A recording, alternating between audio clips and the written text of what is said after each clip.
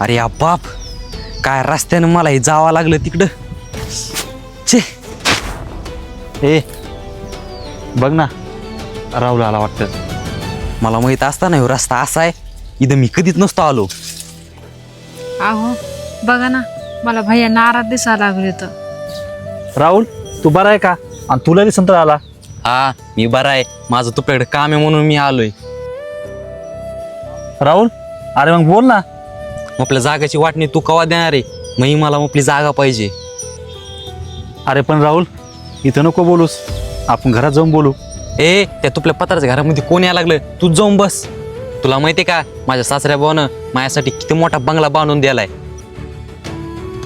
अरे हो, माझ्या लक्षातच नाही. तुपली लायकी तरी का आपल्या बंगल्यापाशी यायची? अरे हो, आमची लायकी तरी का गरीब माणसं तुझ्या बंगल्यात यायची. खरं बोलले भैया तुम्ही. आम्ही शेतकरी गरीब माणसं, आम्हाला एका टायमाच कधी हाई कधी नाही.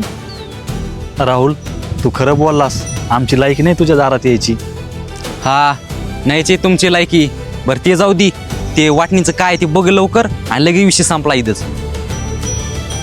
राहुल मी कुठं नाही म्हणलो, पण ऐक ना, 1 एकर गेलं आपल्या पप्पाच्या दवाखान्यात आणि अर्धा एकर गेलं तुपल्या लग्नात. आता राहिलं फक्त अर्धा एकर. मला काय नको त्यातलं, घे की तू आता.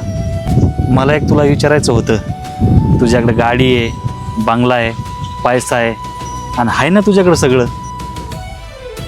घे बाबा, पण तुला आता अर्धा एकरमध्ये वाटणी पाहिजे. हे बघ भैया, आजकाल माणसाकडे जर पैसा असला तरच माणसाला किंमत आहे. मग मी माझ्या वाट्याचं असंच का सोडू? बरोबर आहे तुमचं. आजकाल पैशालाच किंमत आहे. आणि आज तुमच्या नजरेमध्ये आम्हाला काय किंमत आहे? आज तुम्हीच तुमच्या भावाची लायकी काढली.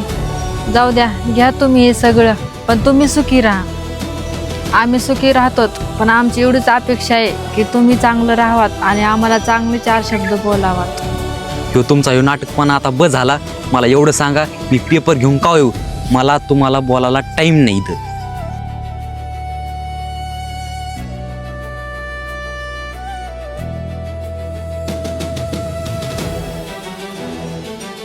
कल्पना, पैशाचा माणसाला एवढा मोह बिघडतो, पण ते चूक आहे.